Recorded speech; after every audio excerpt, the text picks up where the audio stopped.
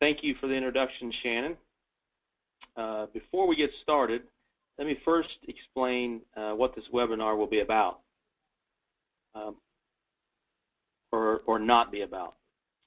My presentation will be directed toward casting buyers, casting designers, and foundry sales or quality personnel, and I hope to give you ideas on how to find cost reduction opportunities with either the castings you sell or the castings that you purchase. It will not be a presentation on how to reduce your cost in the foundry by adding equipment or more modern equipment or things like that. So it's just more for casting buyers and designers and or sales engineers. This idea for the webinar came from some actual cost reduction projects I've been working on with my customers. Had a customer recently ask us to come in and work with them to uncover cost reduction ideas, and this is where I came up with this presentation preparing for that meeting, and it was very, very successful. And so I thought, since it was successful, that I could share that. Might be a good idea for me to share this with other people, and maybe they can get some ideas from my presentation. Let's get started. And in order to find cost reduction ideas, I think you first have to have a pretty good understanding of the cost that it takes to make a casting and the different processes to make a casting. That's where we're going to start today. This slide is a picture of raw material, and this is a pretty basic raw material that most foundries would use. On the top left-hand corner is cast iron. The bottom left is cast steel, rail croppings, and to the right is a big barge of pig iron. And those are all the materials that we use and melt to make the castings that you need. The raw material is a big chunk of the casting price. For example, scrap right now is approximately $320 per gross ton, which is about 14 cents per pound. And if you've got a casting that you buy or sell for 70 cents per pound, then 20% of that cost is actually in the raw material. So it's a substantial part of your casting.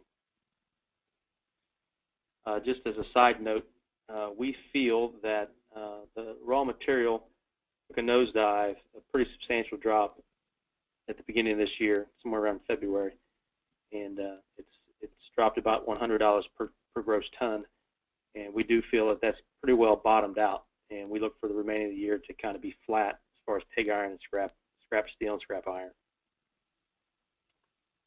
Next, you've got your melt. So you got to take that raw material, and then you're going to melt it, and there are several methods of melting, and in our company we use two processes, one known as a cupola melt, the other one is electric furnace melting. Both methods are good. Because of environmental reasons, the cupola method, I guess, is a dying type of melting. Our newest foundry that we built, we had to put in electric melts. There are several things that impact your melt cost. Your electric rates, if you use electric melt, has an impact on your melting. Also, the cost of your coke that you use in a cupola, as those prices fluctuate. Right now, we don't see a big benefit one way or the other. Our costs are very similar. There are more environmental regulations that are required for a cupola melt. We've had to spend millions of dollars to put bag houses on our cupolas. So foundries that don't quite have the environmental, if they're not environmentally up to date, they will have to spend some money on that. So you got raw material, and then when you melt it, next down the line comes molding. There are several types of molding methods. We use green sand and shell, but there's also no-bake, and there's permanent mold, and a variety of different molding methods. Each method has a different cost to it. Our green sand molding is typically less expensive than our shell molding. And then within our green sand molding, our different molding machines have different costs associated to it. A vertical molding machine might be have a less cost than a horizontal molding machine.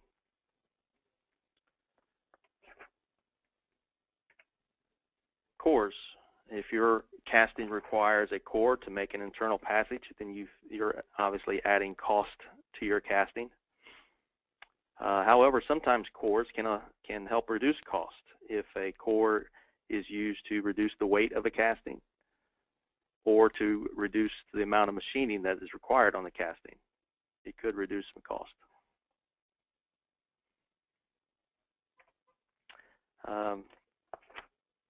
Many times castings are heat treated. Heat treating is a general term for baking a casting. So heat treating is also known as annealing or normalizing or stress relieving. If you require any of those from your casting, then you're adding cost somewhere down the line, either internal at the foundry, or sometimes the foundry has to ship it to a heat treat facility and have it done outside. But by requiring heat treat, you are adding cost to your casting. And of course, my favorite, the grind and inspect. So after the raw material has been melted and then poured into a mold and then maybe heat treated, then it comes down the line, and they generally come to a person that has to pick up each casting and inspect it, make sure that it's a sound casting, and then they may have to grind some parting line flash or grind a gate or riser contact to meet the print spec. And of course, the more grinding and the more inspection done to a casting, the more cost there is. Oops, sorry, I got behind a slide. There's a pretty picture of guys grinding castings.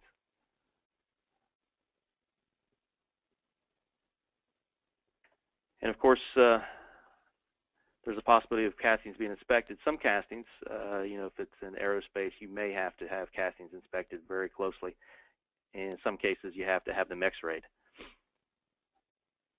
I guess my point here is that if you do require special inspection, you are adding cost to your casting. Some castings have internal passages that have to be inspected with a borescope to make sure there's no sand or extra material inside the casting. And so I guess I'm not saying that inspection can be eliminated, but it's one area that you want to look at to identify possible ways to reduce cost. If you can reduce or eliminate inspection, then you can probably reduce or eliminate some cost. Coating.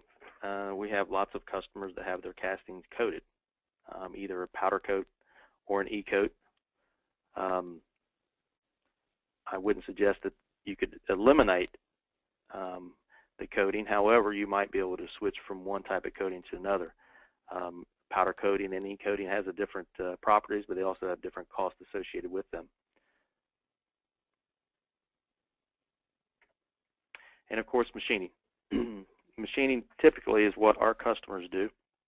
We sell most of our castings to either machine shops or to the end user that does the machining in-house. Typically, the machining is the majority of the cost of a product, the end use. However, that's not always the case. Lately, we've been working a lot with our customers on ways to reduce their machining costs, not just our casting cost. And we're doing this through casting design, either by eliminating or minimizing machine stock or going to as-cast features so we can completely eliminate the machining. So those are some of the steps that's involved in making a casting.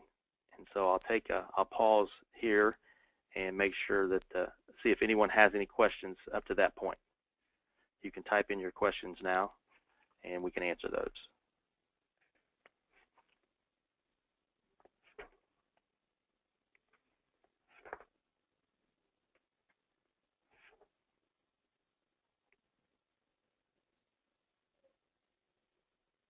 Shannon, are you going to let me know if any questions come up? Yep, I'll give folks a few more seconds here to type in their question.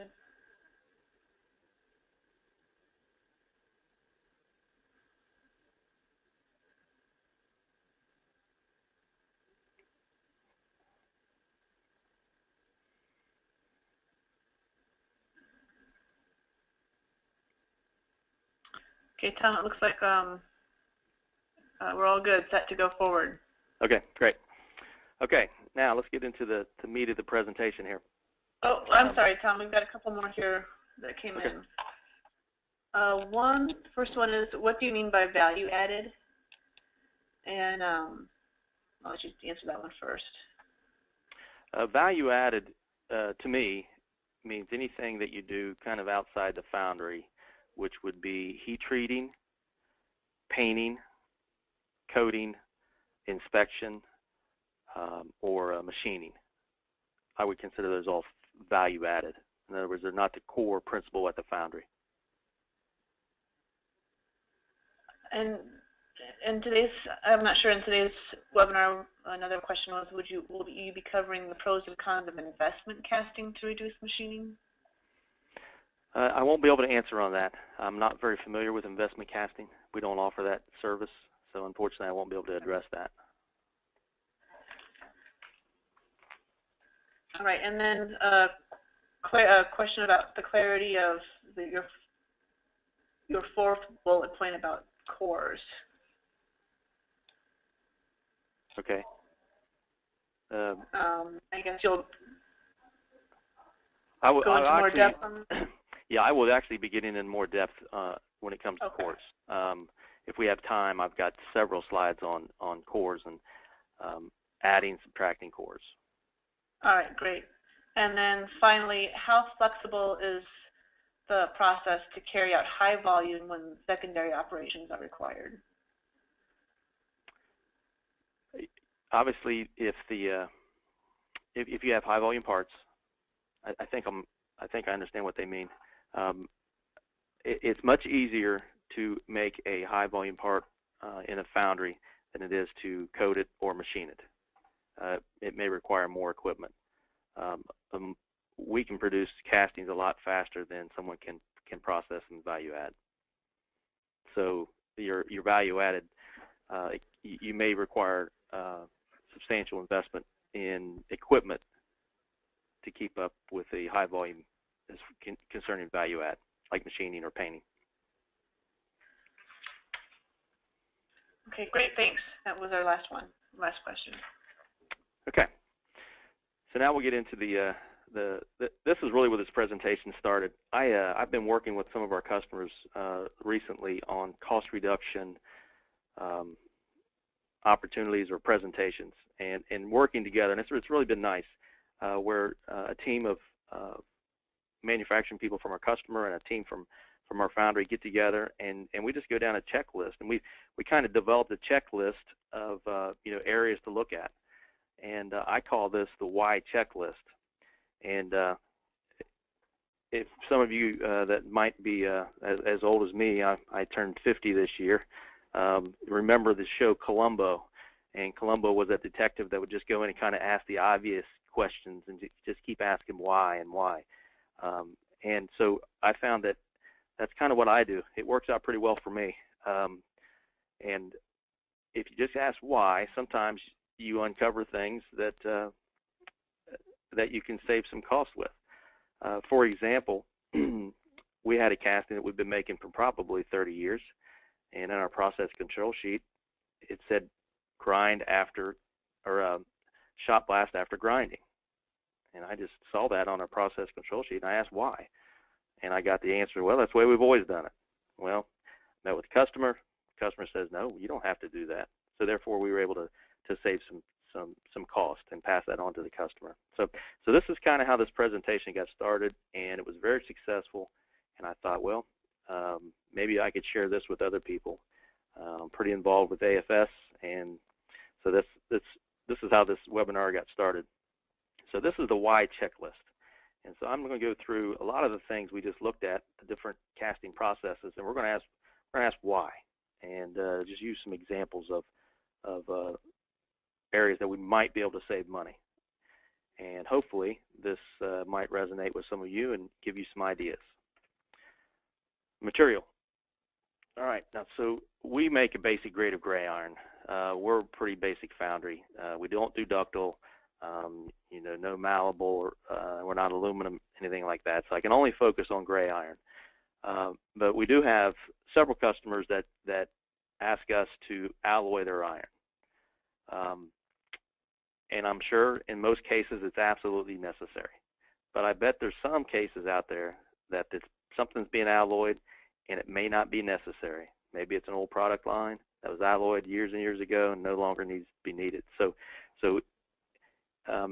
check the specifications on your castings and see if it's alloyed. If it's not a standard grade of iron, then the foundry has to add either copper or chrome or something to it. Then they're adding cost. And if you can eliminate that, you can save some money. Heat treatment. This is a pet peeve of mine. We anneal a lot of castings, and annealing is where you actually take the casting and you're going to make it softer. This was done a lot more in the past than it is now. As a matter of fact, I quote very rarely any new parts annealing. However, we still have a lot of old parts that continue to get annealed. I had a case recently when I was visiting a customer. It was a new customer, and we were supplying a new part to them. It was a takeover. The part had been made for several years, and it was annealed. And when I walked onto their line, I noticed that it was being machined on some very nice, new, modern CNC lathes. And so I asked a simple question, well, why do we anneal these? And of course, the buyer I was talking to didn't know. It's the way it's always been.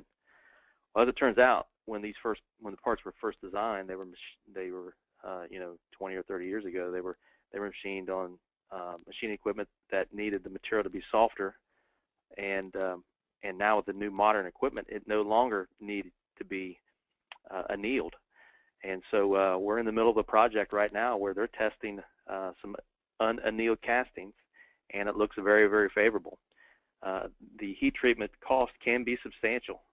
We do some of ours internal, but if you have to ship it out externally to be annealed, you've got your freight to get it to the annealer, and then the cost to anneal, which can be anywhere from 10 to 20 cents per pound, depending on what you're having done to your casting.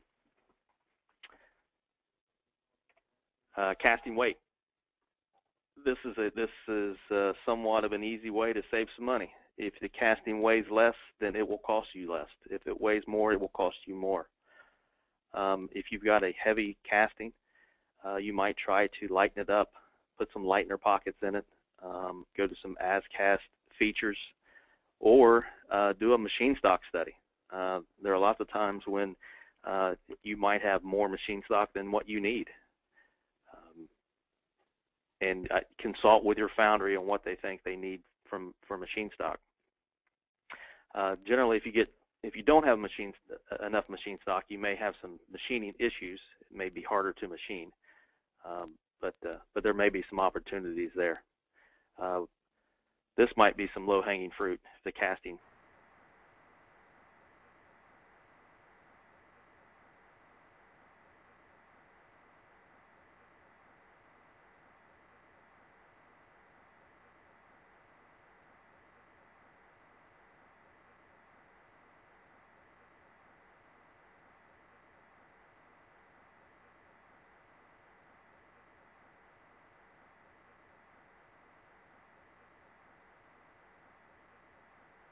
High volume. And the low volume machines are typically higher cost in terms of molding. If you've got a part that has been made on the lower volume machine, you might ask the foundry, can we get it on the higher volume machine and save some money? You may have to buy more castings.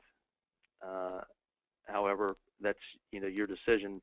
Maybe a little more inventory might be worth the cost of the casting, the lower cost of the casting. The other area is the number of impressions on a pattern.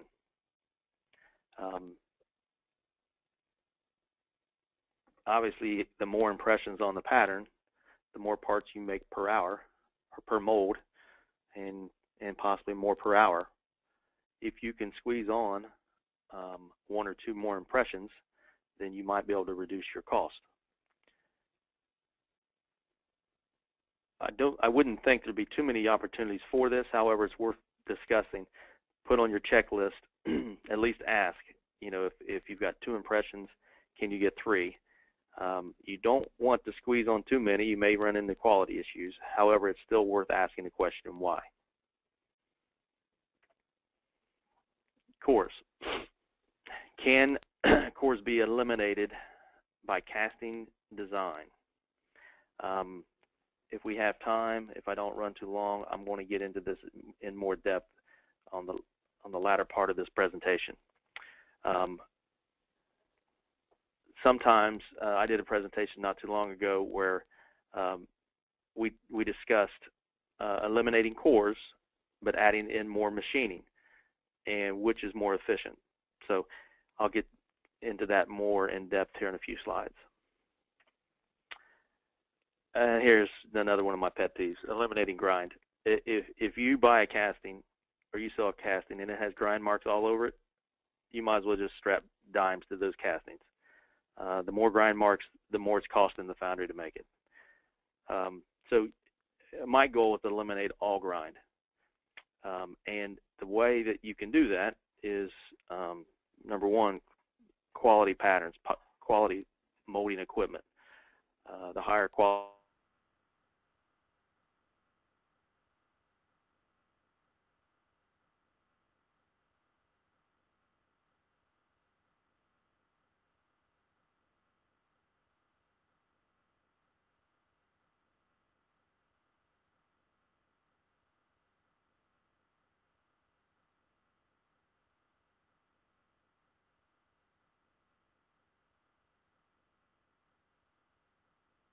we use snag grinders to grind castings, and we're not very good at it. We're not very accurate.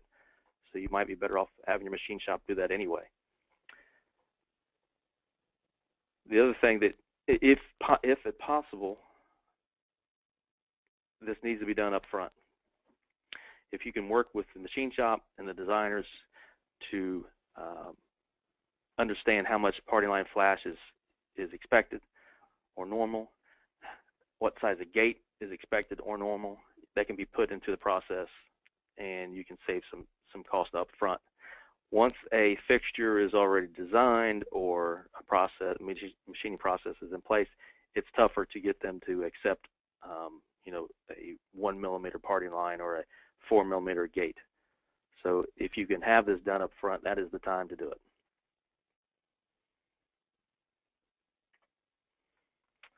Value add machining.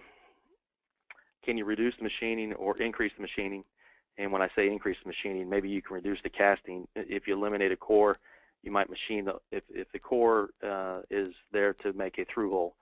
If you eliminate that core, you increase the casting price. However, if you machine it, which is more efficient, the core or to machine it. Coating. You can eliminate e-coating or powder coating. I was involved with a cost reduction opportunity where there was a casting that was underneath a vehicle that was e-coated, but this casting, it was e-coated just for cosmetic reasons, and you couldn't see it once it was assembled, and so they eliminated the e-coating and was able to save some money. So it's worth asking why. And then inspection. There's not very many of our castings that there's any inspection done on them, extra inspection, other than just our visual with our grinders.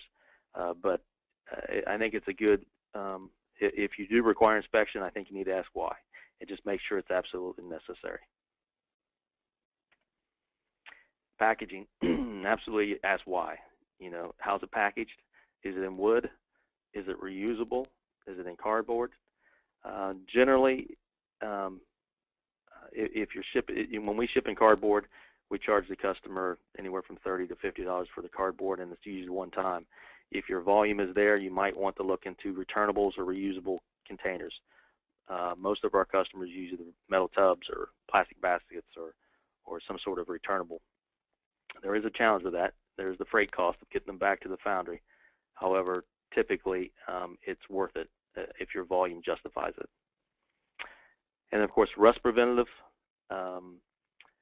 You want to know how you're being packaged. Most foundries use a VCI bag or a plastic bag to package their castings in. There may be some that still use liquids. We have one job that we have to use a liquid RP on. And there's some that requires none. If the part is machined 100%, there's really no reason to put any rust preventative on it, because you're removing all the surface area.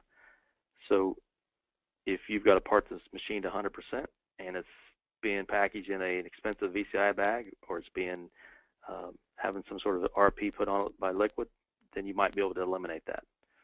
So just ask why. And freight, I guess you want to understand how you're shipping your parts. Obviously, a truckload is less expensive than LTL, depending on how many pounds you're shipping. And we've done many studies where we look at the number of shipments per year and how they were shipped, and could you consolidate some of your LTL shipments into a truckload. And many times, if you just wait off and consolidate your orders from maybe you're ordering once a week, and if you put off and just order once a month, you might be able to save some money on freight. So just some ideas. Okay, before we get into this, Shannon, let's see if there's any other questions on what we just went through. I felt myself getting faster as the presentation went longer. So let's see if there's any questions. We did have a couple come in as you were talking. Those others, if you have any other questions, feel free to type them in now. And while we're waiting for that, I'll read you the other two that we got. First one was, is the mold capable to have multi-cavities to get more than one piece in one shot? Can you talk a little bit about that? Yes. For example, our Decematic mold line, the flask size, the dimensions of the pattern is 19 by 23 inches. So we will put on as many castings or impressions onto that pattern as we can. Generally a 5-inch diameter casting, we might be able to get 6 impressions on that mold. 7-inch or an 8-inch casting, we might be able to get 3 impressions. So yes, there's definitely, you can get multiple cavities on each mold. And then the other question that we had was back about casting cleaning.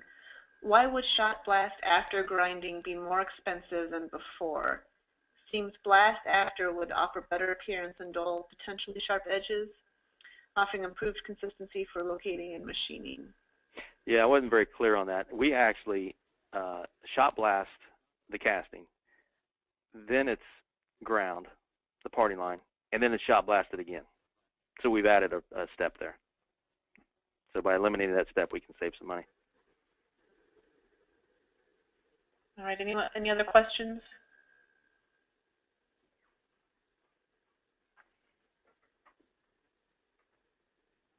Tom, what are typical cope drag height limits? Another question came in. We have Hunter 10s, and I believe we are 4 inches over 4 inches. And then we have an Osborne inliner, and those are 5 inches over 5 inches. And that would be the mold cake size.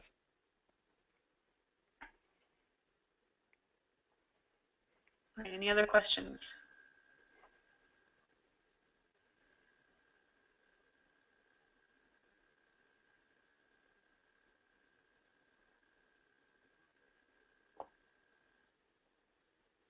Okay, well, if something pops up, we'll have another opportunity to answer some. Oh, one last one, sorry. Okay. So I'll have one more. What about customers who ask for certifications but may not need them? Do you charge? Certifications that don't need them. If you're referring to material certifications, we will typically provide us material cert with every shipment at no charge.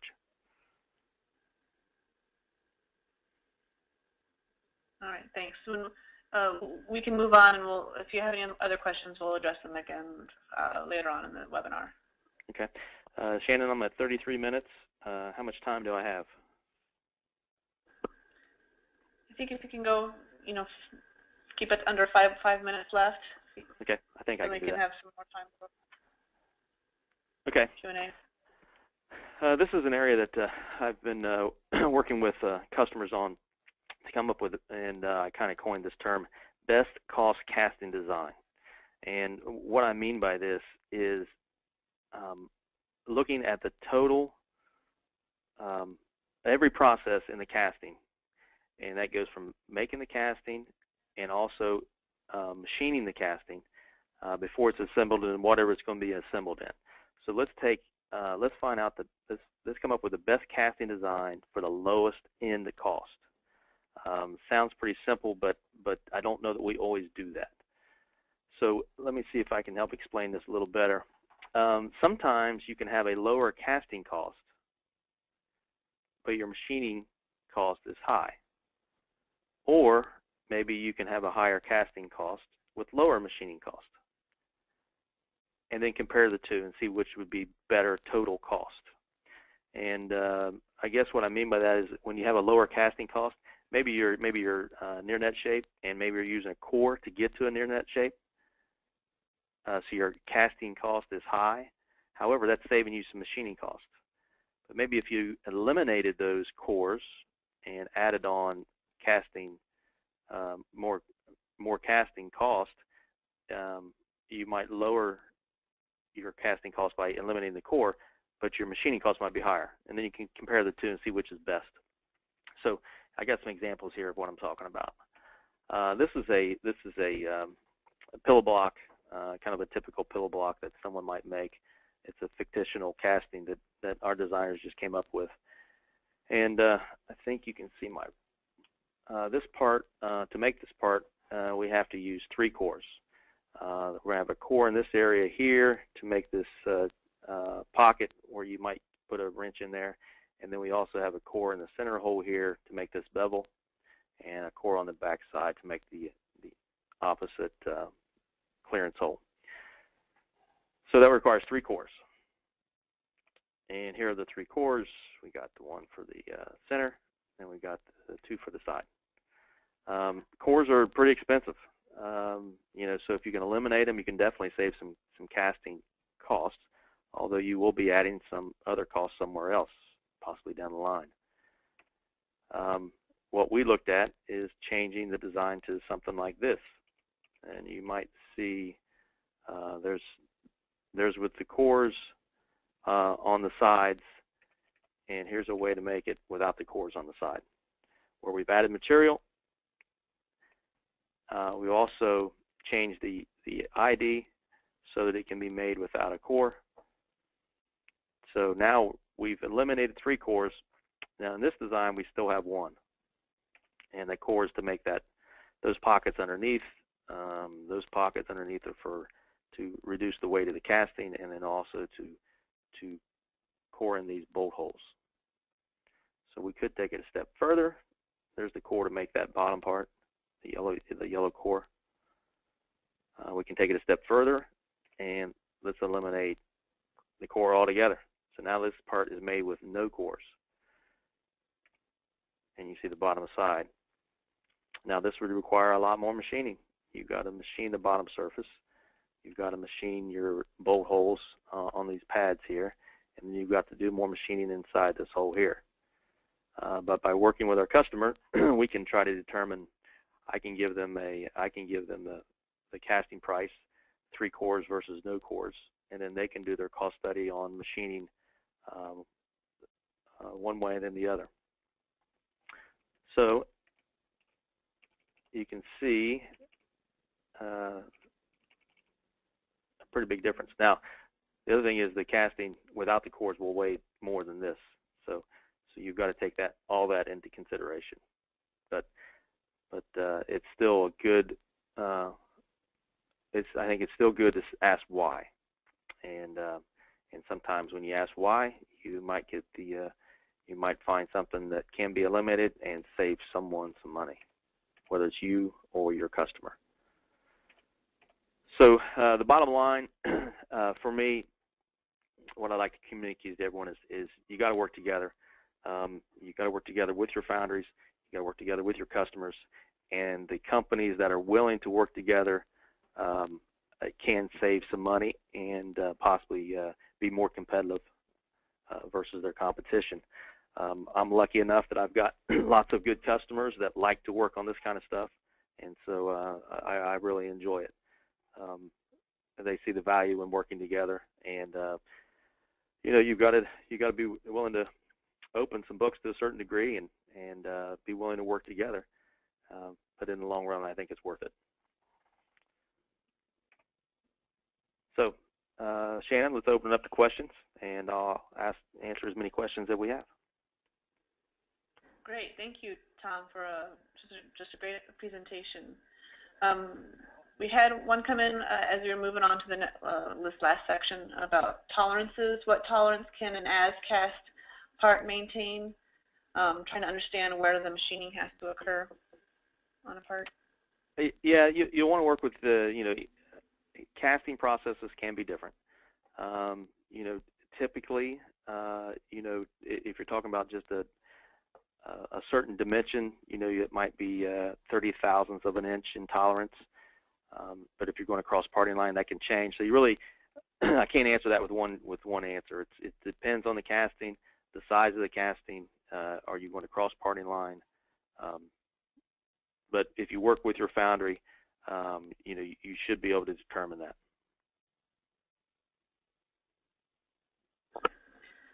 Great. Another question we had was, do you provide cost breakdowns to your customers to explain the casting, machining, value-add components? And do you provide alternatives to develop the design for best cost? How many buyers are successful at getting their cost breakdown from their suppliers? I do. I have found that the more transparent now, and years ago I was not nearly as transparent as I am now, and it could be just because I've got, you know, more gray hair, or I don't know what it is, but you know, I'm much more transparent now, and it seems to have worked a lot better for me. The more transparent I am, providing, you know, not necessarily, you know, how much, you know, what our profit margin is, but just communicating openly about cost. And the more I've done that, the closer I've gotten to our customers, and I think that's a good thing. And we've been able to save customers money as a result of that.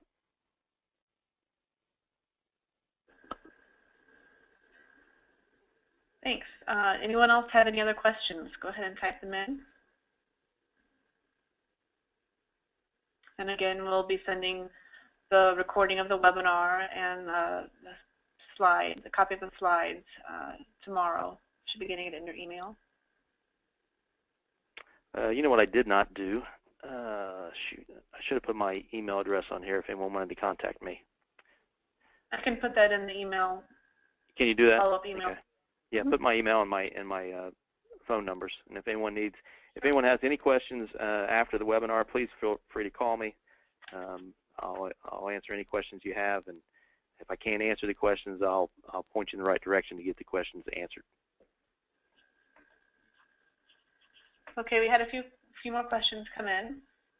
The first one was, by eliminating your heat treatment, are you running into any linear discontinuities with your as-cast castings when machining or in-house processes? Well, there are some of our customers require heat treating. The form of heat treating is known as stress relieving, and I don't quite understand stress relieving, other than that there are internal stresses of a casting, particularly if it's a thin casting or certain designs. There's more stresses in the casting, and what happens is after machining, the casting might move dimensionally. So sometimes by stress relieving the casting, it eliminates the casting movement after machining. In that case, only the customer can tell us if it requires stress relieving, because we don't machine the casting, and they do. So we've done quite a few studies with our customers trying to eliminate stress relieving, and then I've even got some experience where we eliminated the stress relieving, and after several production runs, we had to go back to stress relieving. So really only the machine shop or the customer can tell you if it's absolutely required. But it's more of the casting design causing the stresses than anything else. At least that's what we found. We had one suggestion from an attendee, and so I'll ask this to everyone who's listening in, if they could use that raise hand feature again and just raise your hand of those who are casting buyers. If you get those cost breakdowns from your casting suppliers? If you wouldn't mind raising your hand.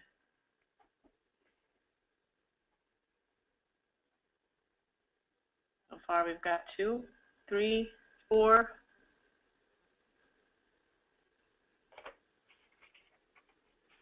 If you have 4 or 5, not a whole lot.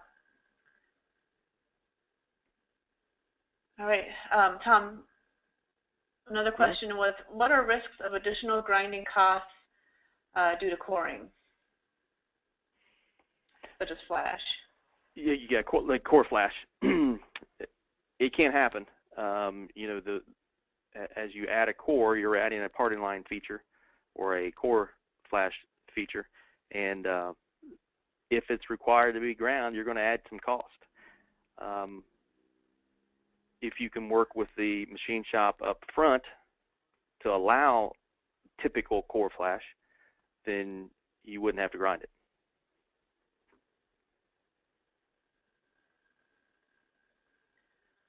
All right, any other final questions?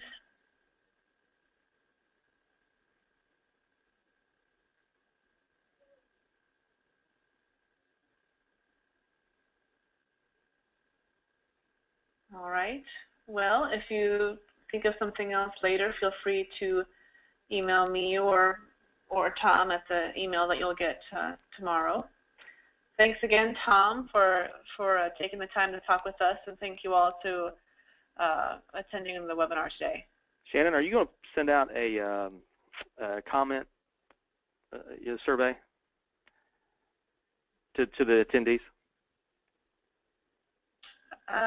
We typically don't, okay. So we can talk about that afterwards. Well, you know, if anyone has any comments, this is the first webinar I've done, and it's different. You know, I'm sitting in my office talking to my computer, and so I would, any feedback anyone has, positive or constructive criticism, I would appreciate. Okay, great. Thanks again, Tom, and everyone who came